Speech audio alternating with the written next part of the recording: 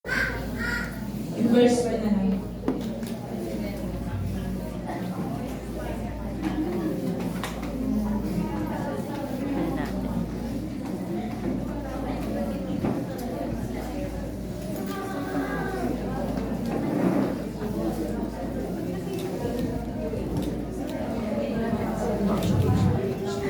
Hello po.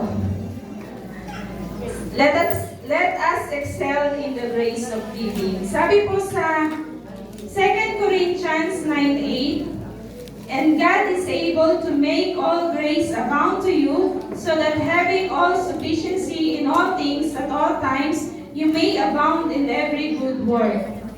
Sabi po sa Acts 20:35, in all things I have shown you that by working hard in this way we must help the weak and remember the words of the Lord Jesus, how He Himself said, it is more blessed to give than to receive. So, yun po, sabi ko dyan, mas blessed tayo kung nagbibigay tayo. At mas i-bless tayo ng Lord kung ang bibigyan natin is yung dadalhin natin sa altar talaga yung mga finances natin. So, marami tayong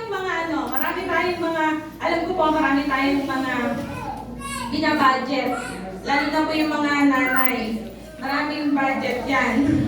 So, katulad namin, pero dapat daw po, unahin natin na bigyan ng Lord. Pansinin niyo po, sa church, di ba, makikita natin yung mga nagbibigay, mas binibless sila. Pero syempre, hindi naman tayo after dun sa blessings ng Lord, di ba? Kaya tayo nag-excel sa pagbibigay dahil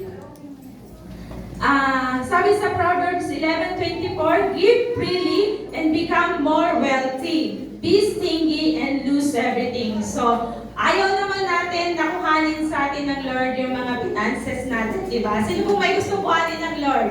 Di ba ayaw natin? So, kung gusto natin na mas i-bless pa tayo ng Lord, sasabihin niya, ay, mabuti pala tong anak ko na to kasi kayang-kaya niyang i-handle yung pinagkakaloob ko sa kanya, di ba? Pansinin po natin, everyday, nangangailangan tayo. Pero, pag nagbibigay ka sa Lord, binabalik niya eh.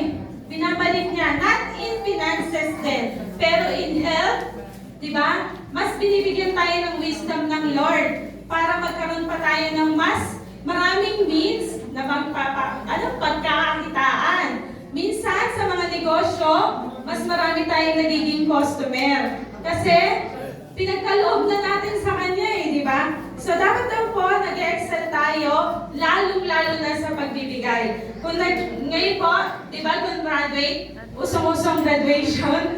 So, baka mamaya, pag graduate tayo, sabihin ng Lord, wala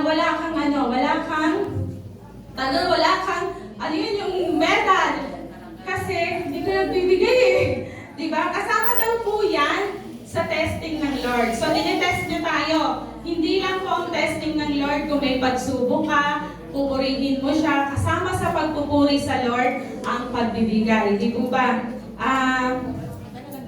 Pero sabi ng Lord, kailangan daw po mas taos sa puso yung pagbibigay natin. Narinig niyo na po ba yung kwento ng isang matandang lalaki? Yung nahimatay siya?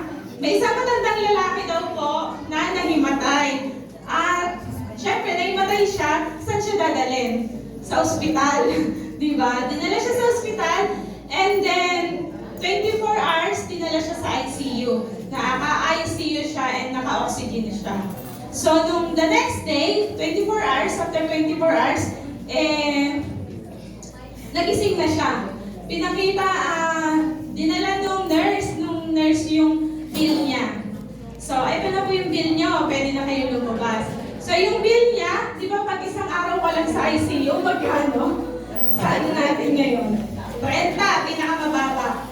30 daw pinakamababa. Kasi mayaman siya, eh. Siyempre, saan siya dadalhin? Sa magandang ospital. So, sabihin na natin 60K ang isang araw niya. So, nalungkot siya. Umiyak siya pagkatanggap niya ng bill niya. Nalungkot siya at umiyak siya. Tapos sabi ng nurse sa kanya, bakit po kayo nalungkot, sir? Hindi niyo ba kayang bayaran yung bill niyo na yan? Eh, mayaman kayo. Sabi ng matandang lalaki, Nalungkot ako, alam mo kung bakit. Kasi sabi niya, yung worth pala ng isang araw na oxygen na binigay sa akin ng ospital is 60,000. Napakalaki. Pero yung araw-araw na binibigay sa akin ng Lord na oxygen, priceless. Pero hindi ko binabalik sa Kanya. Yun yung ano niya, yung moment niya. So sana sa atin, huwag natin hintayin mag-oxygen tayo para tayo magbigay sa Lord. So, amen!